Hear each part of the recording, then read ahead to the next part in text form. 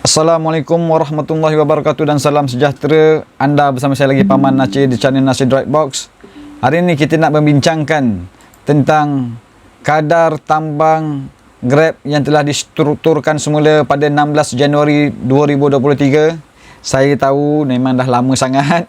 Cuma lagi kita nak tengok bagaimana formula yang digunakan untuk mengira kadar tambang yang baru sekarang ini kepada mereka-mereka yang baru berjinak-jinak, yang baru menjadi pemandu Grab. Ini adalah cara kiraan tambang dibuat menggunakan formula yang disediakan oleh pihak Grab.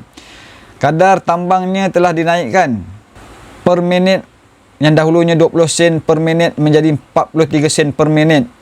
Namun kadar tambang per kilometer telah diturunkan daripada 70 sen per kilometer sehingga menjadi 25 sen per kilometer. Hampir 3 kali ganda. Kadar tambang asas RM2 masih ditetapkan dan kadar minima tambang adalah RM5. Kadar tambang asas ini RM2. Kalau taksi biasanya rasanya dalam RM3 kot. Okey, jadi kita tengok formula yang digunakan oleh Grab untuk mengira kadar tambang. RM2 tambang asas dicampurkan dengan jarak perjalanan per kilometer kali 25 sen dicampurkan dengan tempoh perjalanan per minit kali 43 sen akan menjadikan jumlah tambang sesuatu perjalanan trip. Harus diingat kadar tambang ini, jumlah tambang ini jumlah yang dibayar oleh penumpang. Belum ditolak lagi dengan 20% komisen yang akan diambil oleh Grab. Seterusnya mari kita lihat senario yang disediakan oleh Grab. Ini adalah contoh senario yang diberikan oleh Grab. Jarak perjalanan 10 km, tempoh masa 30 minit. Formula yang digunakan, tambang yang dahulu RM15, tambang yang sekarang ini RM18. 10 km 30 minit RM18. Harus diingat sekali lagi, RM18 ini adalah kadar tambang yang dibayar oleh penumpang. Jika ditolak 20% komisen yang diambil oleh Grab, pemandu hanya akan menerima net sebanyak RM14.40. Net untuk pemandu RM14.40 10 km. 30 minit ini saya tak pasti.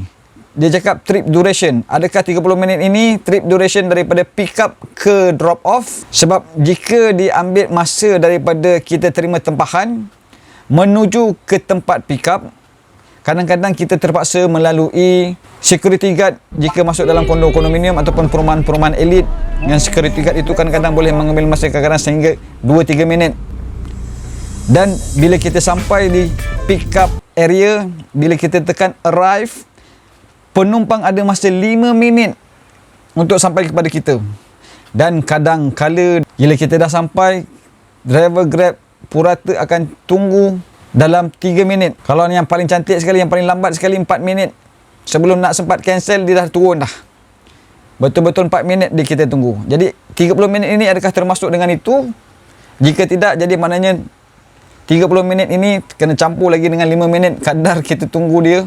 Dan seterusnya dia bagi lagi trip perjalanan 10 km 15 minit. Ini tak ada jam lah, mungkin tak ada jam. Kadar lama RM12, kadar baru RM11. Ini lagi sekali perlu diingatkan, RM11 ini kadar tambang yang dibayar oleh penumpang dan pemandu hanya mendapat RM8.80 saja untuk pemandu. Dekat sini juga ada dinyatakan far pickup bonus 35 sen setiap minit selepas 5 minit. Jadi maknanya 5 minit lagi. Jarak kita pick up daripada masuk booking ke pick up point ada 5 minit. Jika lebih, Grab akan tambah 30 sen untuk setiap minit. Ini contoh dia. Jika pick up point kita, time kita 9 minit. Jadi 9 minit tolak 5 minit ada 4 minit. 4 minit kali dengan 35 sen jadi RM1.40. Ini adalah yang dibayar. Jadi kita akan cuba bandingkan formula yang diberikan oleh Grab dan situasi yang diberikan oleh Grab dengan situasi sebenar trip kadar tambang yang dihadapi oleh pemandu Grab sehari-hari. Situasi realiti tempahan yang pertama, kita dapat daripada Parsi di Pudu menuju ke HUKM. Daripada start kita terima tempahan, jarak 1.4 km yang mengambil masa 5 minit. Estimate time arrival dekat tempat pick up 7.35. Ini adalah kadar tambang dia ya. Kadar tambang yang dikira adalah RM8 dan ada demand surcharge RM13. Jarak perjalanan hanya 3.5 km, RM16.80. Jadi kita akan tengok ini yang telah saya kira. Masuk booking 7.29, sampai dekat tempat pick up 7.37 dengan jarak 1.5 km. Kita drop off pukul 7.51. Pukul 7.51 kita drop off. Masa yang diambil ialah 22 minit. Jarak ini saya salah kira.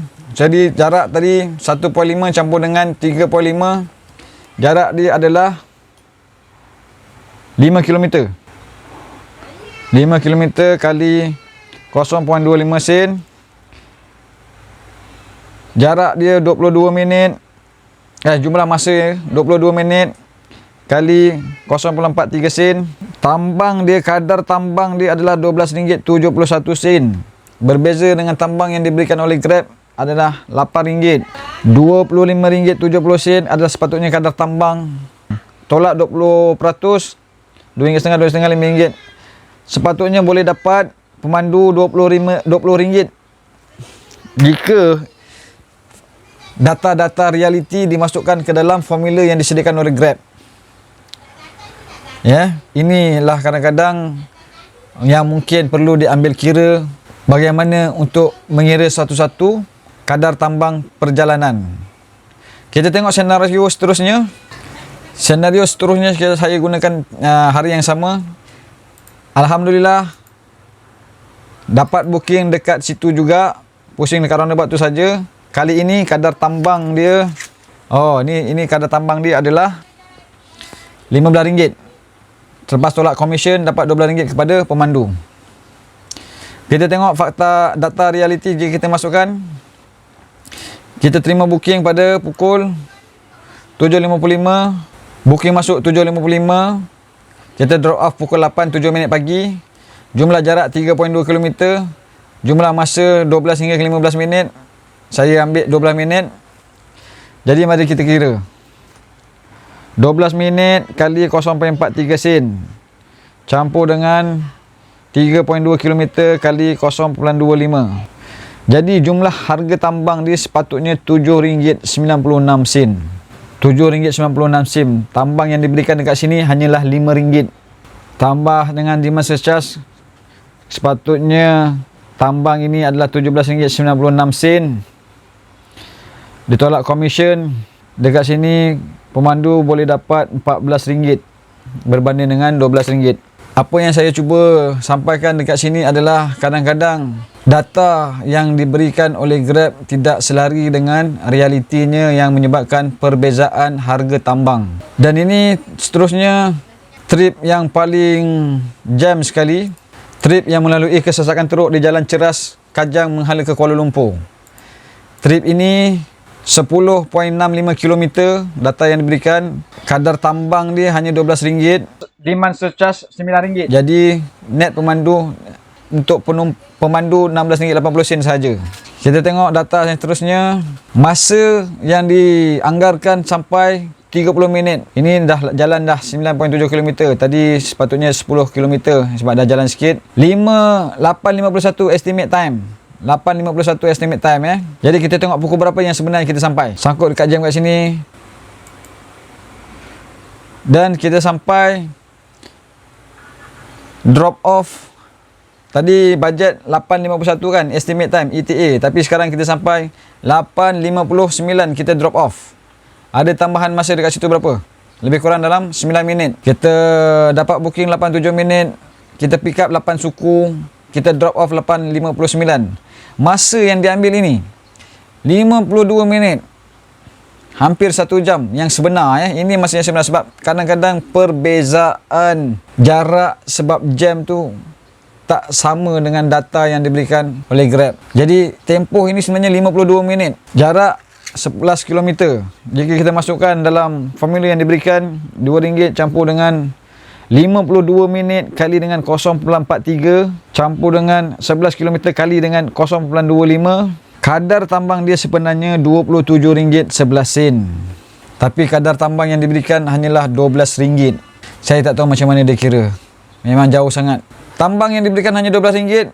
Kalau ikutkan data yang sebenarnya, realitinya 52 minit dengan 11 km, sepatutnya RM27.11. Campur lagi dengan RM9 di masa charge tu. Di masa charge memang sama je, tak kisah. Maknanya sepatutnya kita pun tak tahu macam mana pengiraan yang sebenar yang dilakukan oleh sistem Grab. Tapi itulah dia, kita tak boleh nak buat apa-apa. Cuma lagi kadang-kadang kita dapat satu-satu booking dan bila kita tengok harga tu murah sangat, kita macam lemah semangat nak buat kerja.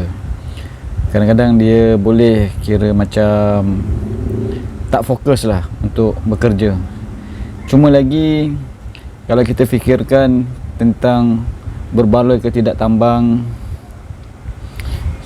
kalau boleh nak dapatkan 1 km RM1, saya rasa itu perkara yang dah lepas. Sebab kita dah ikhtiar, kita dah cuba mogok, kita dah cuba bagi mengadu kepada yang berhormat. Even Perdana Menteri pun katanya telah mengambil langkah berjumpa dengan EHO, tapi hasilnya tak ada. Jadi nak tak nak, siapa yang dah menceburi bidang ini terpaksa hadap je lah. Siapa-siapa yang belum, jika anda rasa tidak berbaloi, tak payahlah menceburi. Tapi kadang-kadang kita yang dah memang masuk dalam bidang ni, macam saya, sebab saya punya komitmen dah tak berapa banyak, saya boleh teruskan lagi. Cuma saya kena pandang pada jumlah pendapatan seharian. Saya tidak bahagikan satu trip. Kalau nak kira tu memang tak jalan kerja kita.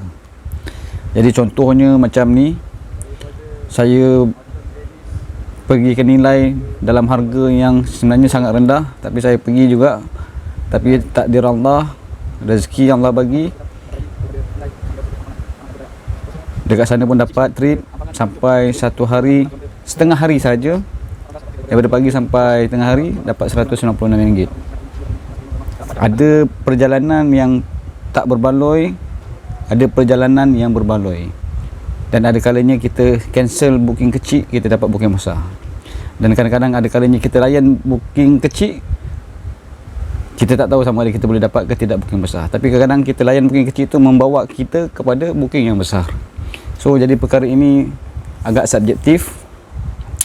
Cuma lagi kita kena percaya bahawa rezeki Allah yang bagi. Kita cuma ikhtiar jalan kerja saja.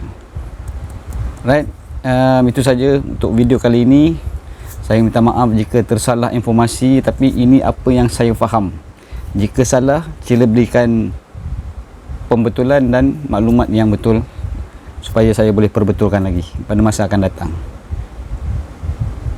Kepada yang baru nak menceburi bidang e-hailing, jika ada pilihan kerja lain, anda boleh pergi kerja lain. Kepada mereka yang masih bergantung kepada e-hailing, InsyaAllah kita kena teruskan juga kerja kita. Cuma lagi kita nak kena ikhlaskan diri kita lah, senang cerita macam tu. Sebab kalau kita terlalu banyak merungut, kita takut rezeki kita hilang barakah. Kadang-kadang kita dapat sikit, tapi sebab ada barakah dia, Allah bagi daripada sumber rezeki yang lain. Tapi kadang-kadang kalau kita dapat banyak pun, tapi kita banyak merungut, barakah dia hilang, kita tak bersyukur, rezeki yang banyak tu sekejap je boleh hilang. Ini untuk peringatan diri saya sendiri. Dan kalau ada yang baik itu datang daripada Allah, yang kurang itu kelemahan diri saya sendiri. Selamat maju jaya. Terima kasih kerana menonton.